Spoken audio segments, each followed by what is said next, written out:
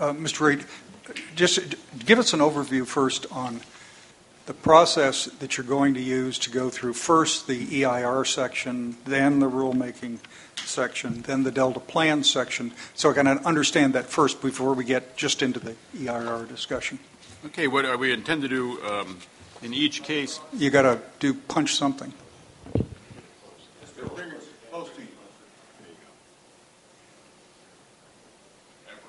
No. Does that work? Yes, what we intend to do with each item, and there's 3 items that we're reviewing today, is Mr. Knott pointed out the environmental impact report and the comments, some of the kinds of comments we've received on it, what we've learned, the draft rulemaking package and the revisions that we propose to hit in response to comments, and then the final draft of the Delta Plan.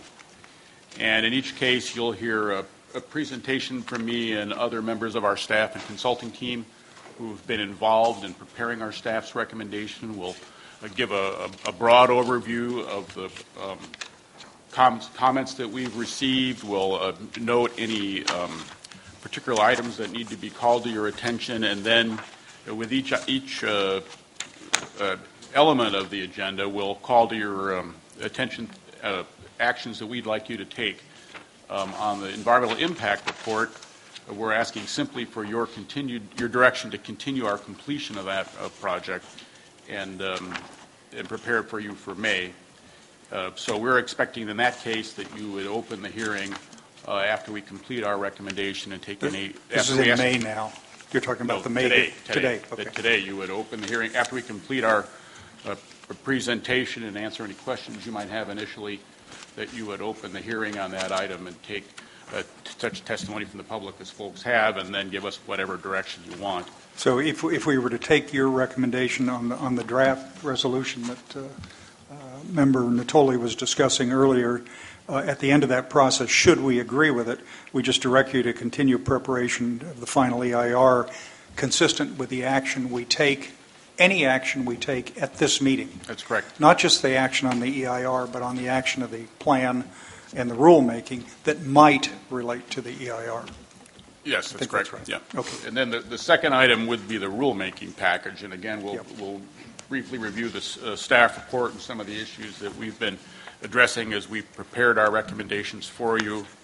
In that case, after we answer whatever questions you might have on our initial kind of broad report, our suggestion is that we go through that recommendation rule by rule. I think there's 15 regulations in the revised package. And so each of those it is its own row in that spreadsheet, and we're suggesting that you hear our recommendation on each of those rules, and after we answer any questions you might have about that recommendation, that you open the hearing on that rule, take what testimony you want, and give us general direction, so that at the end of that process, reviewing each of those 15 rules, that then we would ask for a general motion giving us general direction to complete the package and put it out for public comment, as Chris suggested. Members and Judge Emerald, this is the process we followed. I can't keep track whether it was on the 5th draft plan, the 6th draft plan, the 7th, or the 8th, but the notion of using a matrix, identifying the regulatory elements, putting a matrix on print in front of you, discussing each, as we call them, policy, then letting public comment, and then giving whatever direction we want. We followed that. It worked. It's painful, but it worked so far, knock on wood. Okay. And the final item on the agenda then is the additional revisions to the Delta Plan. One of the things that we'll be doing over the coming weeks is revising the regulatory policies of the plan and any associated narrative to reflect your action on the rules, because the rules obviously are derived from the regulatory policies in the plan, and so if we're going to change the rules, we'll just use that as your direction about how to revise those aspects of the plan, and that may also require some adjustments in the supporting narrative that precedes that portion of each chapter in the Delta Plan. And members, as you look through this is file item 6, subsection C, which is the Delta Plan and stuff, you'll find a proposed council consent list at the very end of your binder. This is very similar to what we saw at earlier versions, and these are, in the staff's view, technical refinements or clarification stuff, but they want to show them to us. And my recollection is what we did last time is as we came close, any member of the council can say for a consent calendar item, gee, I'd like to talk about that, and we'll just bring that out and talk about that item. Fortunately, there are only 35 consent items. My recollection is there were 330 the first time we did this. But even there, what did we do, Don? 20 at the most were taken off the consent list. And although I'm inclined to take off the using standard color palettes to force you all to talk about them at length, I probably won't go that far on the changes. That. So just think about that possibility, members. So keep in your mind if there are any you want to talk about before we get to the discussions on the consent items. I'll ask you for which ones you want to pull off for conversation, and we'll deal with the ones that remain first, and then the ones where you have questions later. Yeah. Okay. Because that is the third aspect of our report. With the two ways we'll be revising the Delta plan over the coming weeks would be one, as I said, revising the regulatory policies and related narrative to reflect your action on the rulemaking package. But then the second are changes that we've proposed as a consent calendar item, as the chairman pointed out, and he's described the approach we suggest you take for that. Okay. But as Chris said, this is a big day, I think, for the council and for us. This is the culmination, or almost the culmination, of a public process gone right with a tremendous amount of public involvement. It's described, as the chairman said, in attachment 2.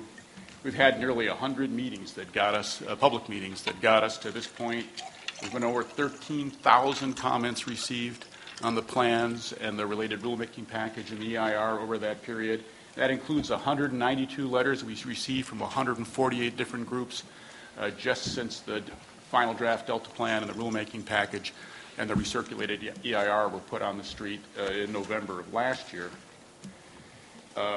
And the staff report on page 4 summarizes some of the common themes of comments that we received on all those documents in general. That would be on those themes are summarized on page 4 of the introductory memo to our staff report.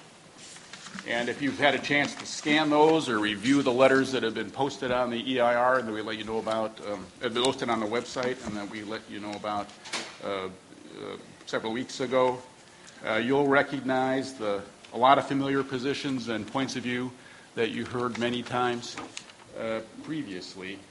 How about my own summary is the two basic ones. You've gone too far and you haven't gone far enough.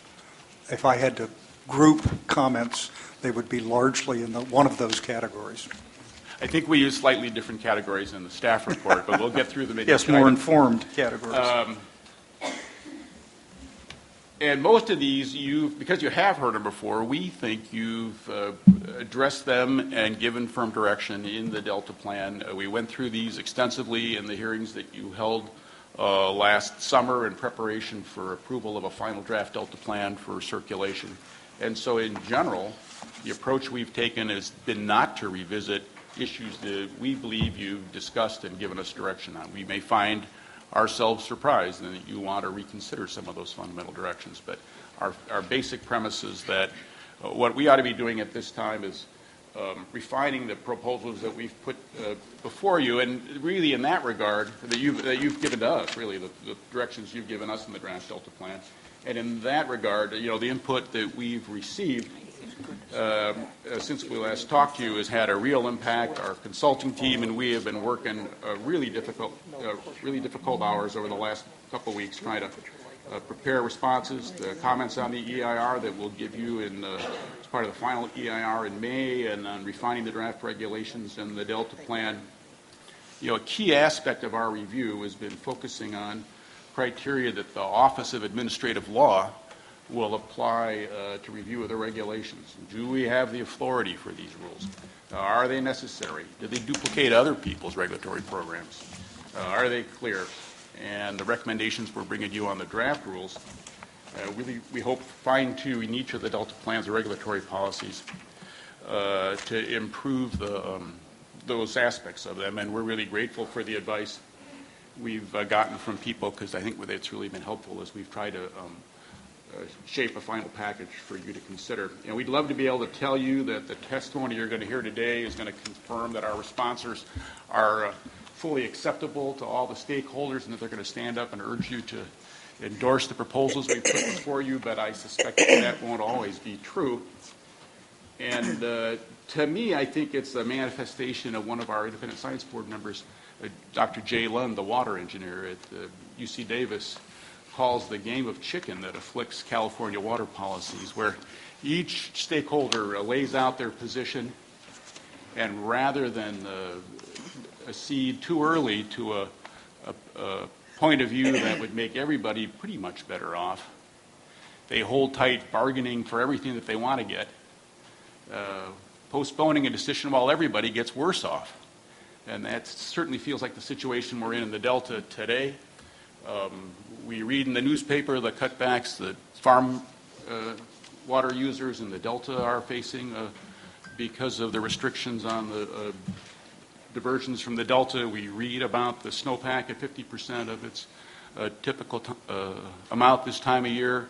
Last fall, we learned that the populations of Delta smelt and other pelagic species in the Delta were hovering near their all-time lows yet again. And it's the kind of impasse that, as Chris Knott pointed out, really brought our predecessors at the Cal-Fed Bay Delta Authority and the Cal-Fed program